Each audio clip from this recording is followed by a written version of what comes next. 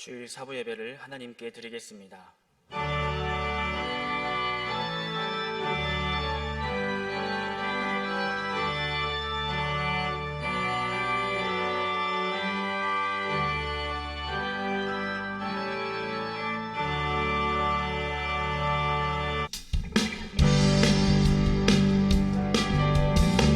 자, 찬양할 때 우리 다 함께 박수 치면서 찬양하십니다.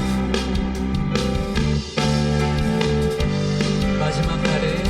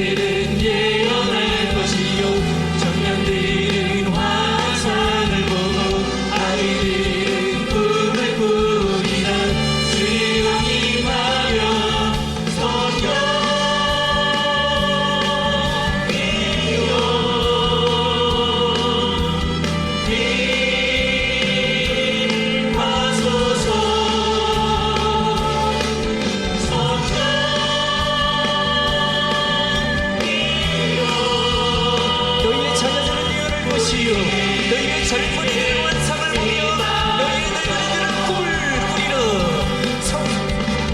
자녀들은 예언할 것이요 청년들은 환상을 보고 아이들은 꿈을 꾸리라.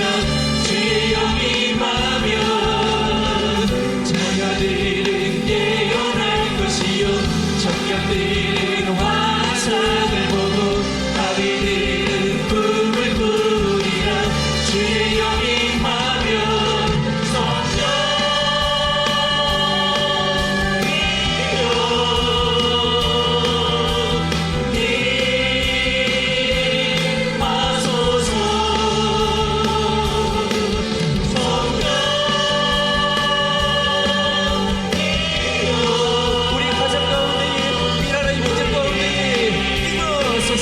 임하소서.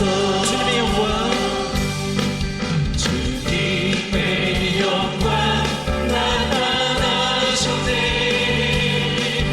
오늘로 임하셨네. 죽음에서 날 살리신 주 성령, 놀라우신 주 하나님. 주님의 영광,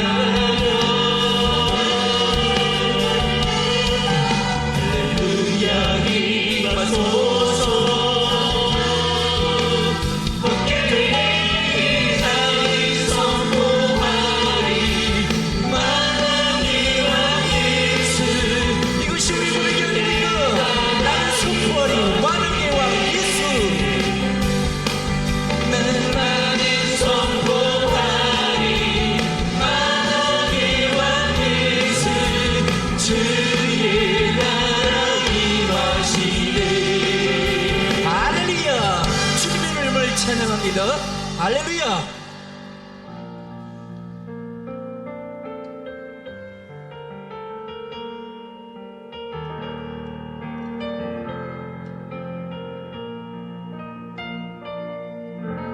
주님 다시 오실 때까지 나는 이 길을 가리라. 좁은 길 나의 십자가 지고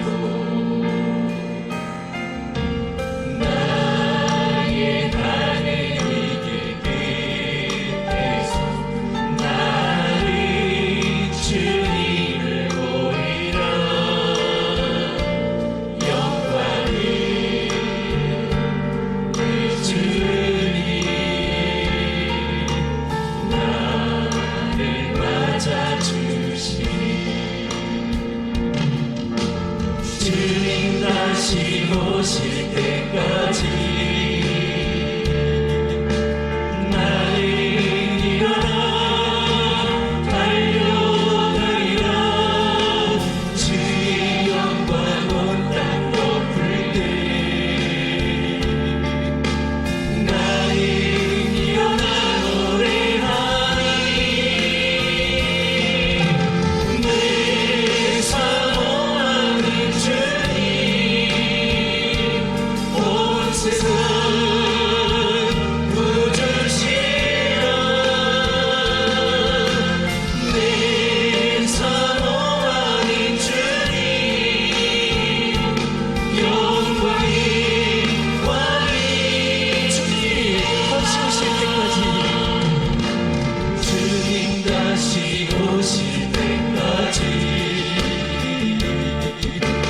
나는 일어나 달려가리라. 주의 영광 온 땅 덮을 때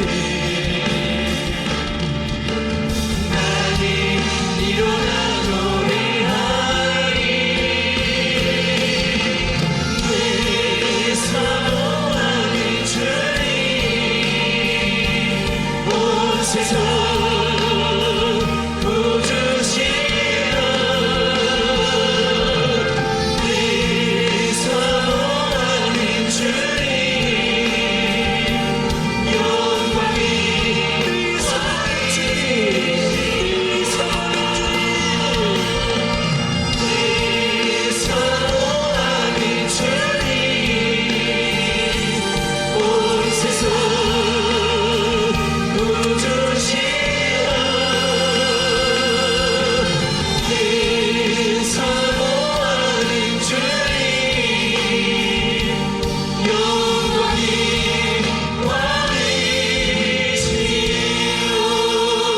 왕이시여. 이 시간 함께 기도하실 때에 드려질 예배를 위해서 로고스 재단의 목자로 세워주신 담임 목사님의 영육간의 강건함을 위하여 믿음의 소망을 가지며 이 시간 한 목소리로 기도하십니다. 하나님 말씀은 열왕기하 5장 1절에서 14절 말씀입니다. 구약성경 568페이지입니다. 열왕기하 5장 1절에서 14절 말씀 제가 봉독하겠습니다. 아람 왕의 군대 장관 나아만은 그의 주인 앞에서 크고 존귀한 자니 이는 여호와께서 전에 그에게 아람을 구원하게 하셨습니다. 그는 큰 용사이나 나병 환자더라. 전에 아람 사람이 떼를 지어 나가서 이스라엘 땅에서 어린 소녀 하나를 사로잡음에 그가 나아만의 아내에게 수종을 들더니 그의 여주인에게 이르되 우리 주인이 사마리아에 계신 선지자 앞에 계셨으면 좋겠나이다. 그가 그 나병을 고치리이다 하는지라. 나아만이 들어가서 그의 주인께 아뢰어 이르되 이스라엘 땅에서 온 소녀의 말이 이러이러하더이다 하니 아람 왕이 이르되 갈지어다. 이제 내가 이스라엘 왕에게 글을 보내리라 하더라. 나아만이 곧 떠날 새 은 10달란트와 금 6,000개와 의복 10벌을 가지고 가서 이스라엘 왕에게 그 글을 전하니 일러스되 내가 내 신하 나아만을 당신에게 보내오니 이 글이 당신에게 이르거든 당신은 그의 나병을 고쳐주소서 하였더라. 이스라엘 왕이 그 글을 읽고 자기 옷을 찢으며 이르되 내가 사람을 죽이고 살리는 하나님이냐? 그가 어찌하여 사람을 내게로 보내 그의 나병을 고치라 하느냐? 너희는 깊이 생각하고 저 왕이 틈을 타서 나와 더불어 시비하려 함인 줄 알라 하니라. 하나님의 사람 엘리사가 이스라엘 왕이 자기의 옷을 찢었다 함을 듣고 왕에게 보내 이르되 왕이 어찌하여 옷을 찢었나이까? 그 사람을 내게로 오게 하소서. 그가 이스라엘 중에 선지자가 있는 줄을 알리이다 하니라. 나아만이 이에 말들과 병거들을 거느리고 이르러 엘리사의 집에 진문에 서니 엘리사가 사자를 그에게 보내 이르되 너는 가서 요단강에 몸을 7번 씻으라. 내 살이 회복되어 깨끗하리라 하는지라. 나아만이 노하여 물러가며 이르되 내 생각에는 그가 내게로 나와 서서 그의 하나님 여호와의 이름을 부르고 그의 손을 그 부위 위에 흔들어 나병을 고칠까 하였도다. 다메섹 강 아바나오와 바르말은 이스라엘 모든 강물보다 낫지 아니하냐? 내가 거기서 몸을 씻으면 깨끗하게 되지 아니하랴 하고 몸을 돌려 분노하여 떠나니 그의 종들이 나와서 말하여 이르되 내 아버지여 선지자가 당신에게 큰 일을 행하라 말하였다면 행하지 아니하였으리이까? 하물며 당신에게 이르기를 씻어 깨끗하게 하라 함이리이까 하니 나아만이 이에 내려가서 하나님의 사람의 말대로 요단강에 7번 몸을 잠그니 그의 살이 어린아이의 살같이 회복되어 깨끗하게 되었더라. 아멘. 오늘은 열왕기하 5장의 말씀을 가지고 신앙 목적에 충실해야 한다. 신앙 목적에 충실해야 된다. 여러분, 농사 짓는 사람은 농사 잘 짓는 일에 목적을 둬야지 가을에 노름해가지고 남의 농사 짓는 거 딸 생각하면 언젠가는 망합니다. 또 짐승을 잘 키우는 사람은 내 짐승 잘 키우는 게 목적을 삼아야지 남의 짐승을 탐하면 안 되는 거죠. 그래 목적이 우리 인간의 삶에서 얼마나 중요합니까? 미국 캘리포니아에 위치하고 있는 세들백 교회가 1990년대 또 2000년대에 교회 성장의 대표적인 모델 교회 중에 하나가 되었습니다. 1979년에 교회를 개척한 릭 워렌 목사님은 이 교회의 모토를 목적에 따라 움직이는 교회가 되자. 가만히 교회를 살펴보니까 어떤 교회는 전통에 따라 움직이는 교회가 있습니다. 그래 옛날에 이런 거 안 했어. 일제시대 이런 거 안 했어. 그러니까 절대로 이런 거 하면 안 돼.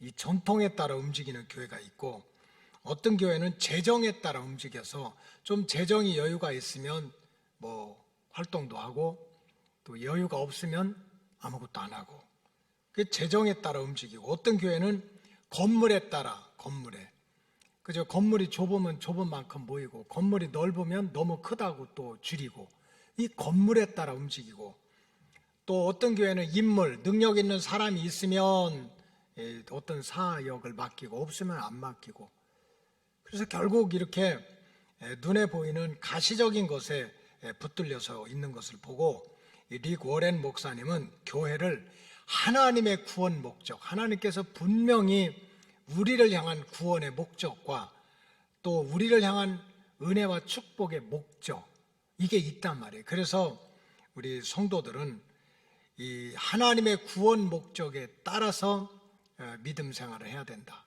그래서 하나님의 구원 목적에 따라서 교회도 조직하고 일꾼도 세우고 소그룹도 만들고 또 교육도 시키고 이 하나님의 구원 목적에 따라서 예산도 세우고 이러다 보니까 세계에서 가장 모범적인 교회 중에 하나로 성장을 했다는 역사입니다. 오늘 본문에 보면 아람의 군대 장관, 지금으로 말하면 이스라엘 북부의 시리아라고 하는 국가입니다. 이 아람의 군대 장관, 즉 시리아의 국방부 장관이었던 이 나아만 장군이 이스라엘의 선지자 엘리사를 만나면서 나병, 온몸이 썩어서 피고름이 나는 그런 죽을 병에서 고침받는 치유 기적이 기록된 내용입니다. 나아만은 오늘 본문 5장 1절에 보니까 강대국 아람의 군대 장관이었습니다. 또 왕한테 큰 이렇게 총애를 받던 큰 용사였습니다. 그리고 오늘 본문에 보면 군대 장관이고 왕한테 크게 총애를 받았는데 실상은 나병에 걸려서 죽게 됐습니다. 사람들은 그 화려한 군복, 훈장을 보고 야, 저 사람 성공했다, 대단하다, 아마 행복할 거야, 정말 왕 가까이서 저렇게 권력을 누리니까 얼마나 좋아했겠지만은 실상은 자기 마음이 무너지고 자기 육체는 썩어서 죽어가는 그런 환자에 불과했습니다. 근데 어느 날 이 나만 장군이 자신의 집에서 자기의 부인의 몸종을 하고 있는 이스라엘에서 잡아온 한 계집종으로부터 이스라엘 땅에 훌륭한 선지자가 있다.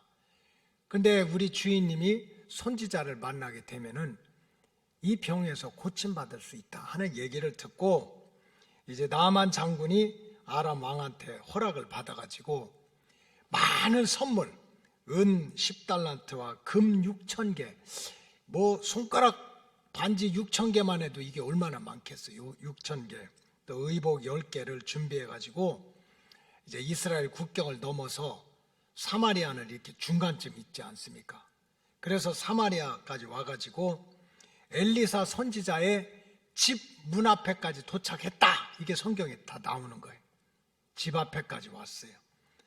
그런데 이때 엘리사 선지자가 밖에 나와보지도 않고 문 한번 열어보지도 않고 집 안에 있는 뭐 종을 시켰는지 제자를 시켰는지 사람을 보내가지고 그 나아만 장군한테 얼굴 한번 보여주지 않고 요단강에 가서 몸을 7번 씻어라. 그리하면 회복돼서 깨끗하게 될 것이다 라고 전해라. 그렇게 한 내용이 오늘 본문의 내용입니다. 이런 푸대접을 받은 아람의 군대 장관 나아만은 화가 나가지고 분노가 일어나서 아람 땅으로 다시 돌아가겠다 하는 내용이 11절과 12절에 나옵니다. 자, 11절을 한번 보여주세요. 나아만이 노하여 물러가며 이르되 내 생각에는 그가 내게로 와서 서서 그의 하나님 여호와의 이름을 부르고 그의 손을 그 부위에 흔들어 나병을 고칠까 하였노라. 이 지금 나아만 장군이 그래도 큰 나라 장군이고 국방부 장관이 왔으면 시골에 백해 있던 선지자가 문을 열고 나와서 막 무릎을 꿇고 인사하고 막 자기가 믿는 하나님의 이름을 막 부르고 내 상처에다가 막 손을 얹고 그거 다 썩었는데 막 손을 얹고 그렇게 기도하고서 내 병을 고칠 줄 알았다는 거예요. 근데 방에서 나와보지도 않으니 자존심이 상한다는 거예요. 화가 난다는 거예요. 내가 이렇게 많은 선물을 가지고 여기까지 왔는데 어떻게 이렇게 사람을 무시할 수가 있느냐. 그리고 12절에 보니까 이렇게 나와 있어요. 다메섹 강 아바나바 바르바른 이스라엘의 모든 강물보다 낫지 아니하냐. 내가 거기서 몸을 씻으면 깨끗하게 되지 아니하랴 하고 몸을 돌려 분노하면서 떠났다는 거예요. 우리나라는 강이 없냐? 요단강 손바닥만한 이런 강에 가서 무슨 나를 씻으라고, 내가 무슨 강에 가서 안 씻어가지고 이런 병이 걸렸느냐. 화가 그냥 머리끝까지 나가지고 돌아가자 하고서 아람 땅으로 돌아가는 순간에 이 나만 장군의 종들이 전혀 다른 얘기를 하는 거예요. 전혀 다른 얘기. 그 내용이 13절이에요. 그의 종들이 나와서 말하여 이르되 내 아버지여 선지자가 당신에게 큰 일을 행하라 말하였다면 행하지 아니하였으리까. 아니 지금 장군님 무슨 얘기입니까? 이거보다 더 어려운 일, 더 큰 일을 시켜도 해야 될 거 아닙니까? 산꼭대기 올라가라면 올라가고 땅을 파라면 파야지. 물속에 들어왔다 나갔다 하라고 하는 거 이것도 안 합니까? 주인님 여기 왜 오셨습니까? 이 얘기예요, 이 얘기. 다시 말하면 장군님 이렇게 선물 보따리 주렁주렁 해가지고 계집종의 말을 듣고 국경을 넘어가지고 사마리아까지 왜 왔습니까? 엘리사 선지자를 왜 만나러 왔습니까? 목적이 있지 않습니까?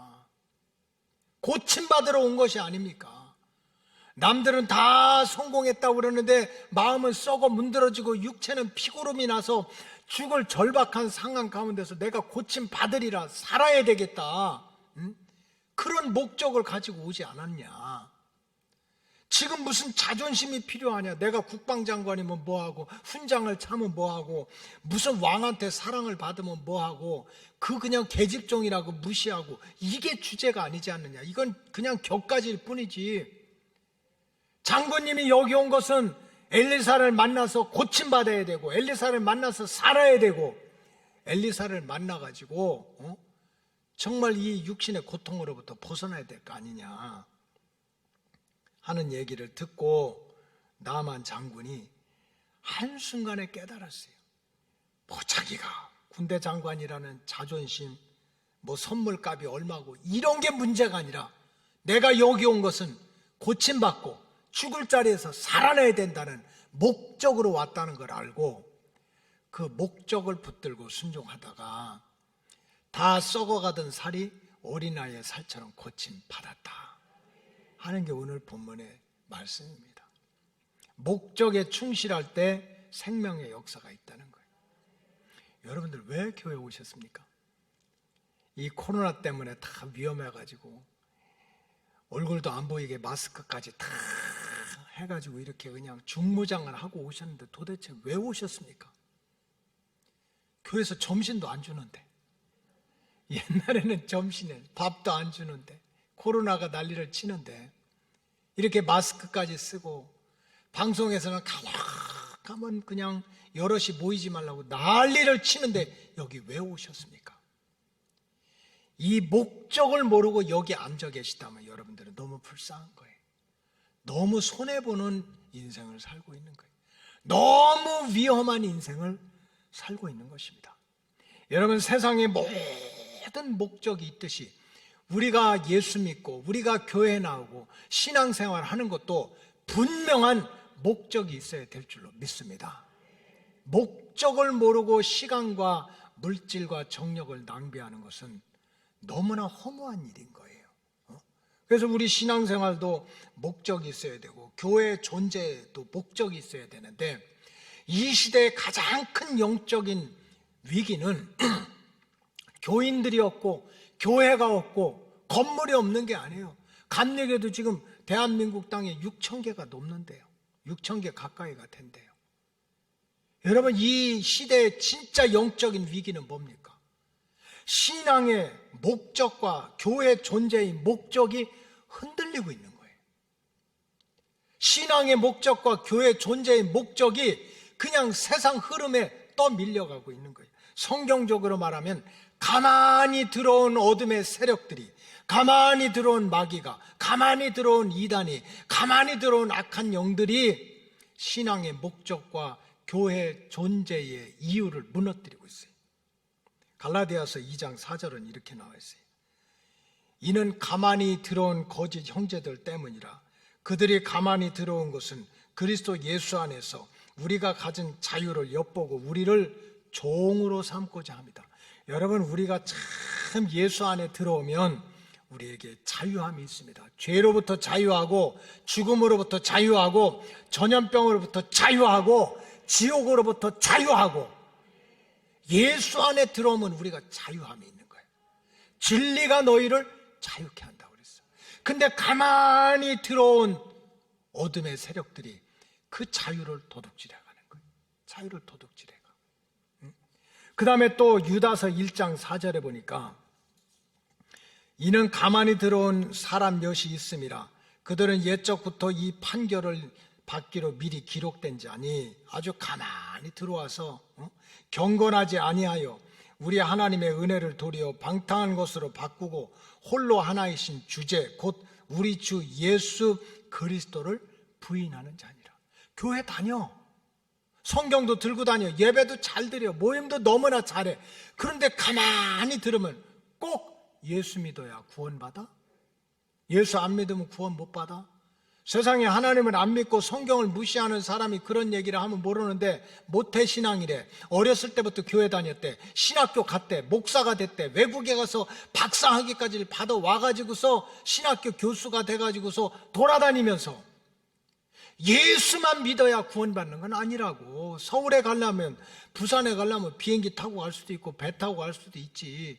우면산에 올라가려면 동쪽으로도 올라가고 서쪽으로도 올라가지. 우리가 구원받으려면 꼭 예수만 믿어야 돼? 다른 종교에도 구원이 있지. 얼마나 마음이 넓은지 몰라요. 근데 성경대로 말하면 그들은 가만히 들어온 어둠의 세력들이라는 거예요.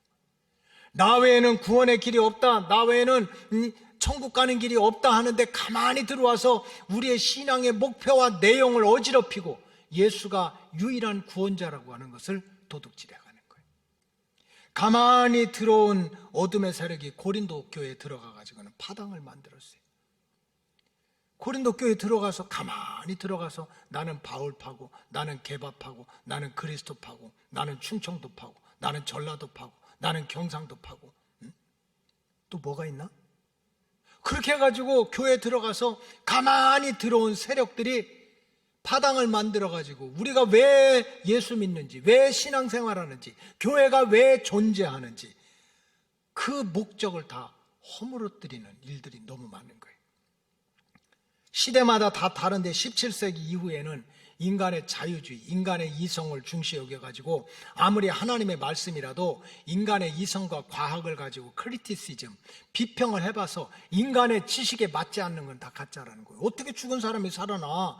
어떻게 사람이 물 위로 건너가? 홍해가 어떻게 갈라져? 그건 다 신화야, 전설이야 해서 독일의 헤르만 군켈이든지 루돌프 불트만이라든지 이런 신학자들이 탈신화, 우리가 성경 읽으려면 신화적이고 초자연적인 거 다 빼야 된대. 그럼 남는 거는 뭐예요? 우리 착하게 살자, 사이좋게 지내자, 이거밖에 없는 거야. 이런 자유주의와 인본주의 세력들이 가만히 교회 안에 들어와서 가만히 우리 마음속에 들어와가지고 신앙의 목적과 교회 존재의 이유를 허물어뜨리는 거예요. 여러분 교회 와가지고 팍 교회가 뭐하냐고, 어려운 사람 도와주고 구제해야지. 알아요. 교회가 할 수 있으면 어려운 사람 도와줘야지. 그러나 우리가 영적으로 착각하면 안 돼요. 어렵고 힘든 사람을 도와주는 게 참으로 좋은 일이지만 그것이 교회의 존재 이유는 아니에요. 구제 공동체가 아니야. 근데 가만히 들어온 사람들이 교회가 구제를 해야지, 뭐 해야지 해가지고 이 존재 목적은 흐트려. 또 교회를 어떤 정치적인 이데올로기, 그래서 막 사회 정의나 어디 정치적인 것으로 막 교회를 몰고 가려는 사람이 있어요. 그러나 여러분, 교회는, 신앙은 이데올로기, 어떤 이념이나 사상을 초월해야 돼요. 이념이나 사상 밑에 성경을 두고 밑에 교회를 두면 그건 교회가 아닌 거예요.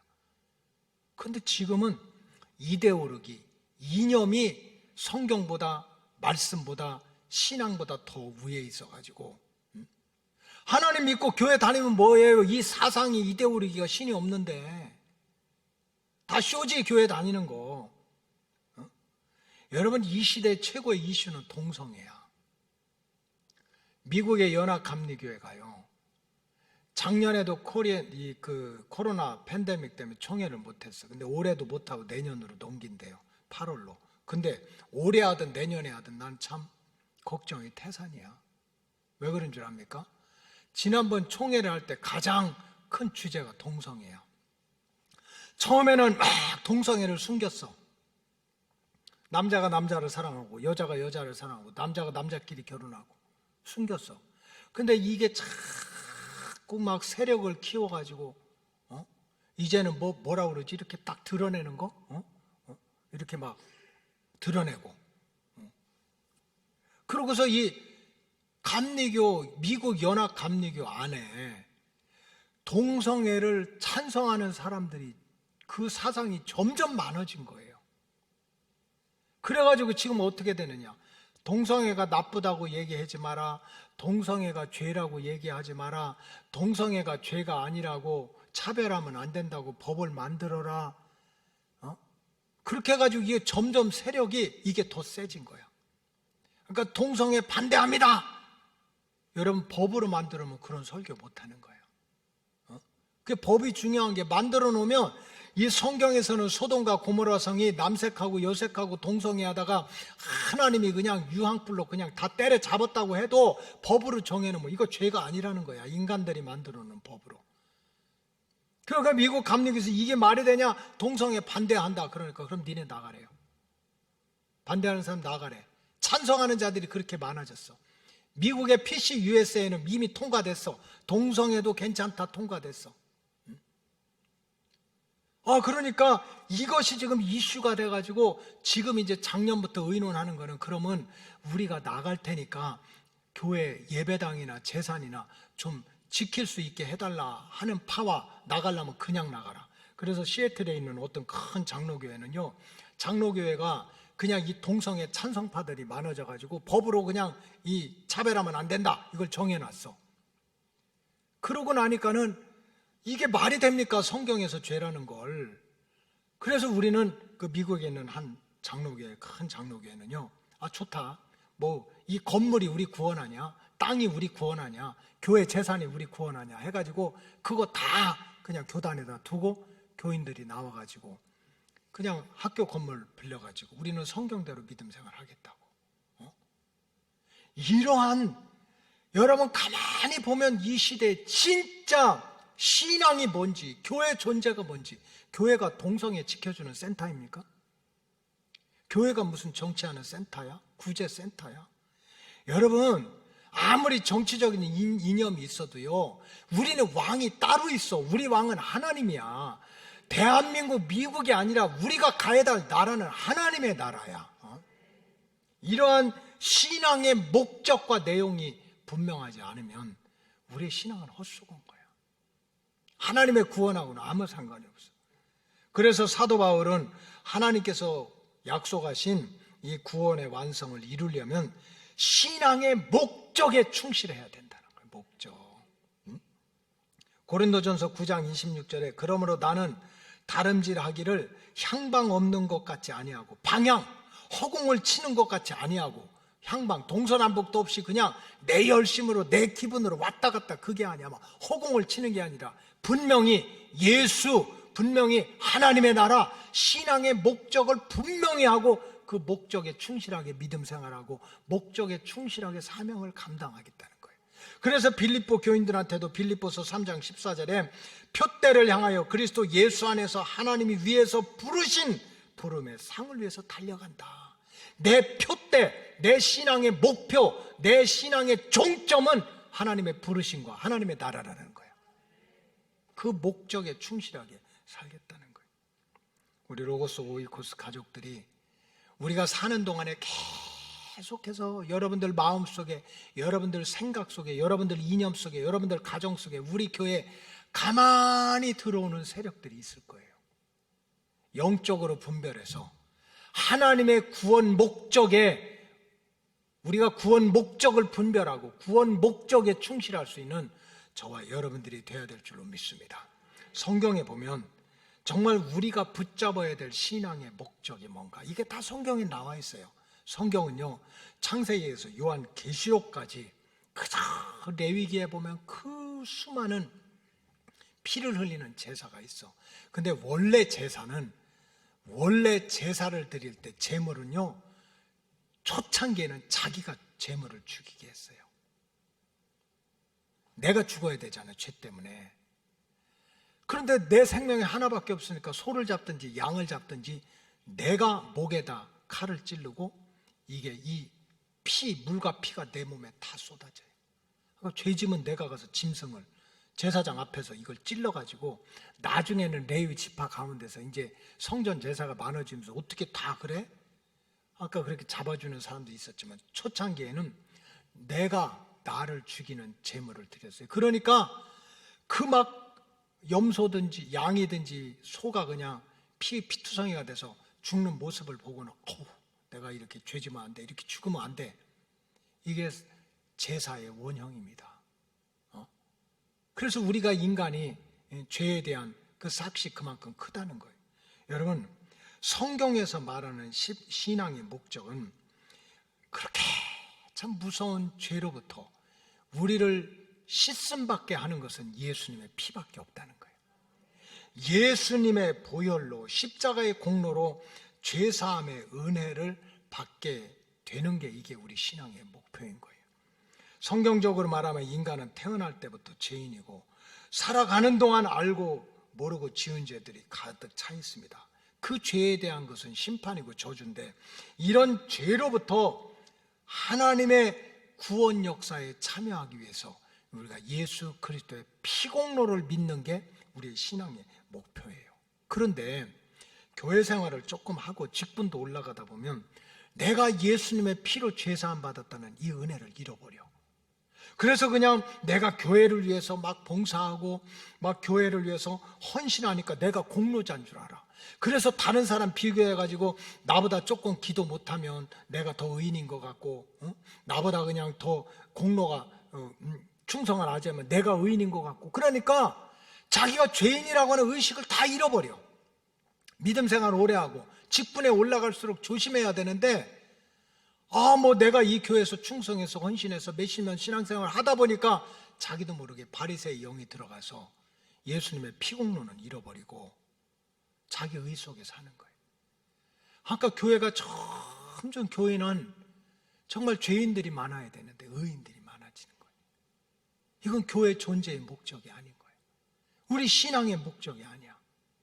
예수님께서 이제 최후의 만찬을 하실 때 옆구리에다가 이렇게 수건을 차시고 대야에다가 물을 떠가지고 제자들의 발을 씻겨주니까 얼마나 제자들이 죄송하겠어요. 그러니까 베드로가 나서가지고 예수님, 우리가 예수님을 씻어드려야지. 이게 뭐냐고. 아니야, 내가 씻어줘야 죄사함을 받는 거야. 그랬더니 베드로가 그러면 나 머리끝에서 발끝까지 그냥 다 씻어달라고.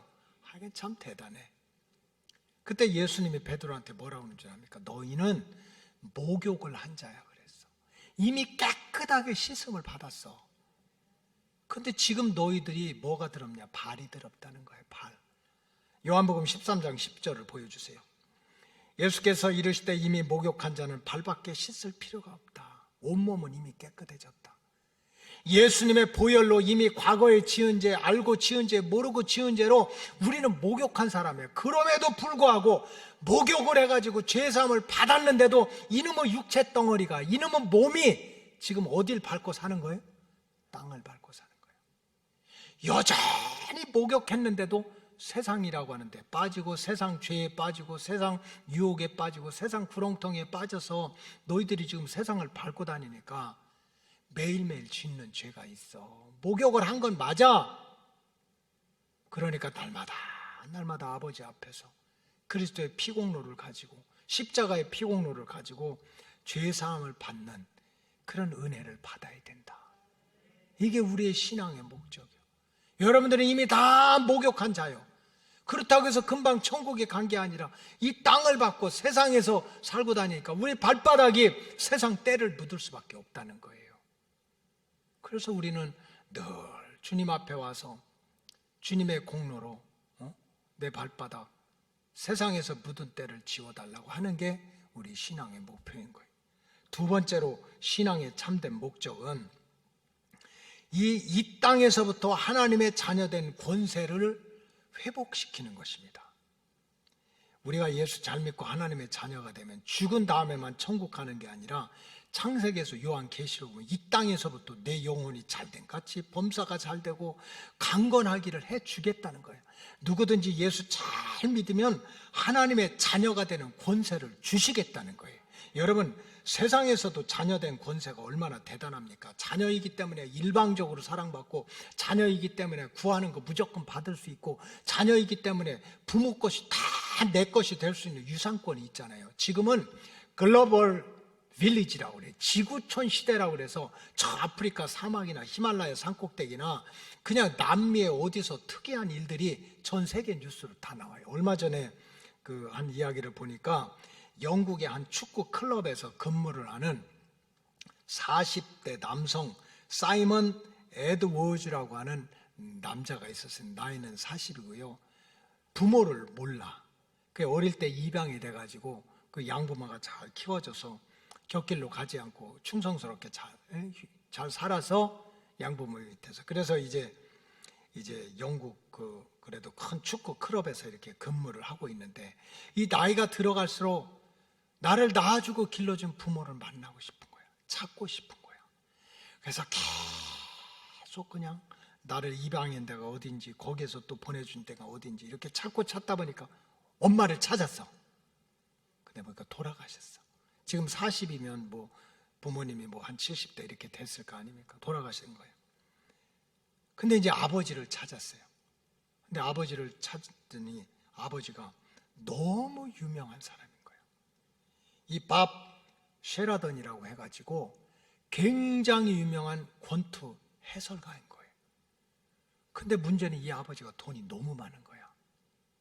3,150억. 놀래지도 않아. 그러니까 이 사이먼 에드워즈라고 하는 이 40대 이 남자가 내 생각에 고민을 했을 것 같아요. 내가 아버지를 찾은 게 재산 보고 뭐 유산 물려받으려고 그런 생각 사실 안 한 거야. 진짜 내가 어디서 왔는지 나를 낳아주고 길러준 분 만나보고 싶은 거예요. 그래서 이제 막상 만나서 그저 그냥 아버지가, 어머니는 돌아가셨다니까 아버지 계신 것만이라도 행복하려고 그랬는데, 세상에 이 밥 셰리던이 얼마나 유명한 사람이냐면 1974년도에 모하마드 알리하고 조지 포먼이 세계 권투 선수를 할 때 그걸 해설했던 분이래요. 나비처럼 날라서 벌처럼 쏜다. 무하마드 알리 몰라요? 그때 세계 그걸 해가지고서 재산이 그렇게 많은 아주 대단한 분인데, 이 아버지가 사이먼 에드워즈를 보는 순간에 정말 1초도 생각 안 하고 이건 내 아들이다 알아봤다는 거예요. 그 얼굴, 눈동자, 말하는 거 보고 이거 내 친아들이다. 물론 뭐 나중에 유전자 검사도 뭐 했다고 나는 생각을 하지만, 그래 놓고 나서 그냥 1분도 생각 안 하고 너는 내 아들이라고, 내가 가지고 있는 건 너한테 다 주겠다고. 여러분, 진짜 부모의 마음은 달라요. 아들 찾은 게 너무 기쁜 거야. 내 친아들, 친자식을 따른 게 너무 기쁜 거야. 그래서 그냥 내가 가지고 있는 사랑, 재산 다 주고 싶은 거예요. 다 주고 싶은 거. 여러분, 예수의 복음이 바로 그런 거예요. 우리가 신앙의 목적과 내용 착각하면 우리 구원 못 받아요. 우리가 굉장히 의롭고 막 내가 잘하고 공로가 있고 막 의를 세우고 그래서 우리 힘으로 구원받아. 아니에요. 우리는 소 돼지만큼도 못하게 주인도 모르고 제 갈 길로 가고 탕자처럼 그냥 세상에 나가서 방황하던 그러한 자녀들이야. 그런데도 누가복음 그냥 15장에 나오는 것처럼 이에 일어나서 아버지가 돌아가서 아직도 상거가 멀은데 참 마을 끄트머리 보이는데 날마다 아침 저녁으로 언덕백이 올라가서 우리 아들 언제 오나, 우리 아들 언제 오나. 이게 예수의 복음이야. 여러분, 신앙의 목적은 다른 것이 아닙니다. 우리를 이 땅에 보내고 우리의 영혼과 우리의 육신과 우리의 혼덩어리를 만들어서 이렇게 인간으로 이 땅을 살아가게 나를 만드신 분, 나를 창조하신 분, 나를 보내신 분, 나의 아버지는 하나님이신 거예요. 하나님. 근데 그걸 모르고 내 인생 내 거라고 아버지 곁을 떠나 내 마음대로 살아가. 복음은 뭡니까? 야, 나를 창조하신 하나님이 나의 아버지고 그 창조하신 아버지가 나를 축복해 주는 줄 알고 이제는 내가 정말 그 아버지 마음 쓸쓸하게 하지 않고 아버지한테 찾아와서 마음과 뜻과 정성을 다해서 아버지를 사랑하고 또 남은 인생은 효성스러운 자녀로 살아가는 것이 신앙의 목적이 되어야 됩니다. 지금까지 내가 어떻게 살았느냐 따르질 않는 거예요. 따지질 않아요. 아버지 앞에 돌아오니까 세상에서 방황했다고 돼지막 옆에서 쥐엄 열매 주워먹고 살았던 그 불쌍하고 아버지를 망신시켰던 아들이지만 그냥 목욕을 시키고 옷을 벗기고 손가락질을 끼우고 살진 소를 잡아가지고 너는 죽었다가 살아난 아들이요 잃었다가 찾은 내 아들이라고. 여러분, 신앙의 목적은 하나님의 자녀된 자리로 돌아오는 것입니다. 그래, 하나님의 자녀된 이 신분을 생명처럼 여겨가지고 다 그래서 우리가 예배 드리는 거 아니에요? 그래서 우리가 말씀 듣는 거 아니야? 그래서 우리 천부에 의지 없어서 손 들고 옵니다. 기도하는 거 아닙니까? 왜? 그분이 나의 아버지니까. 예수를 통해서 아버지를 만나고 하나님의 자녀된 권세가 회복되기를 주님의 이름으로 축복합니다. 그 다음에 신앙의 참 목적은 예수님의 제자가 돼서 예수님의 소원을 이루어 드리는 일입니다. 이게 우리의 신앙의 목적이야. 우리가 예수 믿으면 하나님의 자녀가 돼가지고 구원받고 은혜 받고 그 축복이 있는데 그거를 갖다 예수님의 소원을 이루어드리는 일에 써야 된다는 거예요. 여러분, 목숨 걸고 우리를 구원하셨던 예수님께서 제자들에게 남기신 마지막 유언은 뭡니까?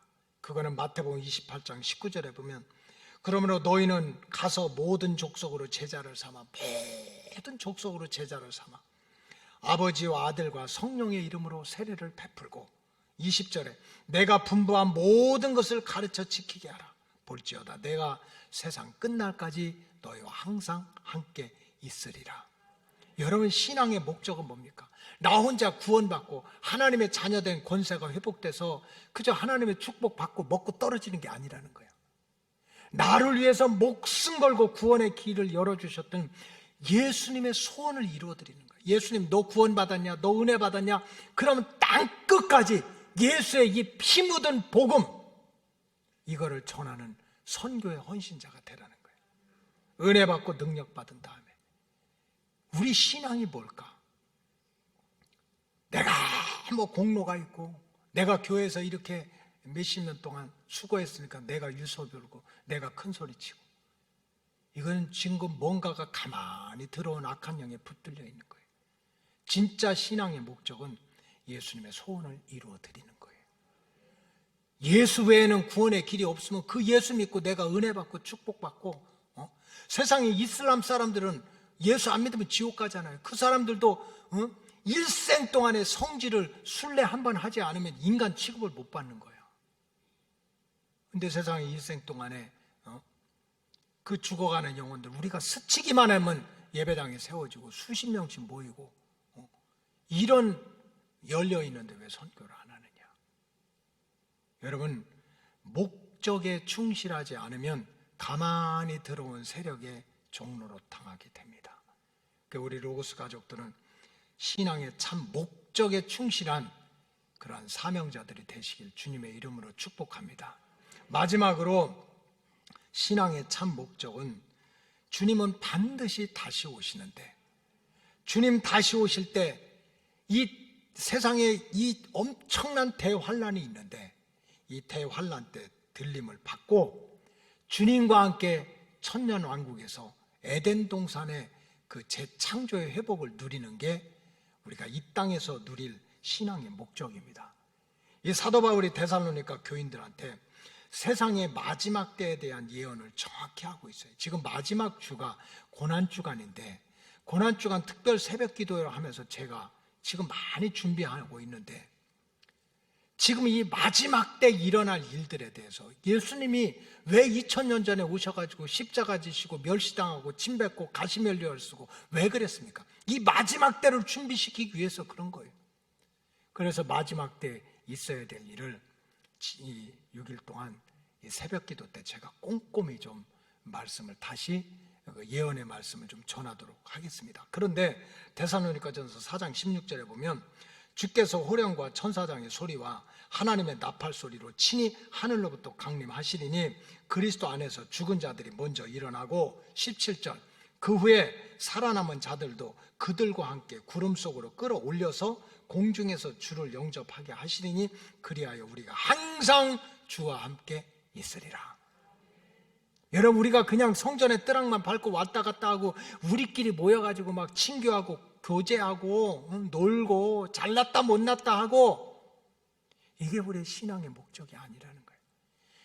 이 세상의 마지막은 반드시 대환란이 있는 거예요. 세계 전쟁이 있고 기근이 있고 전염병이 있고 천재지변이 있고, 그때 주님이 오시는데 우리가 들림 받아야 될 거 아닙니까? 남은 자들은 그 환란을 당하는데 우리가 서로 교제해야 돼요. 친교해야 돼요. 사이좋게 지내야 돼요. 뭐 건물이 클 수도 있고 작을 것도 있어요. 그러나 마지막 다시 오시는 주님을 맞이할 준비를 하지 못하면 우리의 수고는 헛수고인 거예요. 우리는 가장 불쌍한 사람이 되는 거예요. 신앙의 목적은 뭡니까? 이 대환란의 시대에 주님께서 오실 때 우리가 환란 가운데서 들림 받아가지고 환란을 피하고, 그렇게 허물어졌던 에덴 동산의 천년왕국 속에 우리가 주님과 함께 들어가서 그 왕국의 기쁨을 누리다가 영원한 새하늘과 새 땅에 들어가는 것이 성경 창세기에서 요한계시록까지 가르치는 신앙의 목적입니다. 우리 로고스 오이코스 가족들이 성전 뜨락만 밟고 왔다 갔다 하고 사람들끼리 모였다 흩어지다가 최후의 불심판을 피하지 못하는 그런 영원한 멸망자가 돼서는 안 될 것입니다. 우리가 신앙의 목적에 충실해서 영혼의 미래를 준비하는 우리 로고스 가족들 되시기를 주님의 이름으로 축복합니다. 기도하시겠습니다. 하나님 감사합니다. 목적에 충실해야 세상에서도 성공하는데 이 마지막 때가 되면서 가만히 들어온 어둠의 세력들이 우리의 마음을 지배하고 생각을 지배하고 가정을 지배하고 교회를 지배해서 신앙의 참 목적을 어지럽히는 영적 위기의 시대에 살고 있습니다. 우리 로고스 오이코스 가족들 말씀에 집중해서 우리의 신앙의 목적이 오직 예수 보혈의 피를 통해서 죄사함을 받는 은혜를 지켜가고 또 이 땅에서부터 하나님의 자녀된 권세를 회복시키고 또 예수님의 소원을 이루어드리는 선교적인 사명자로 살아가다가 주님 다시 오실 때 대환란 가운데 들림받는 이 영적인 목표에 집중할 수 있도록 도와 주시옵소서. 축복하오며 예수님의 이름으로 기도하옵나이다. 아멘.